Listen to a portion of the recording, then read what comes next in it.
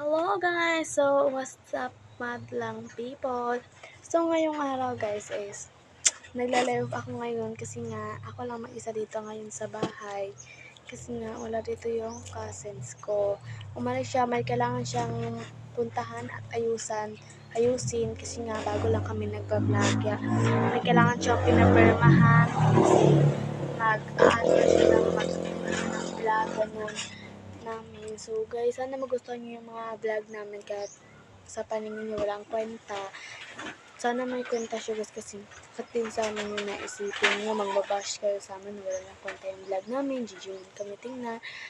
First time lang kasi namin gawin guys kaya medyo jijun or pangit pa talaga siya. Pero pag kami talaga, pag matagal-tagal na kami pangako namin sa inyo guys is ayusin namin yung pag-vlog. Pero sana mag-subscribe kayo sa mga video namin. Thank you!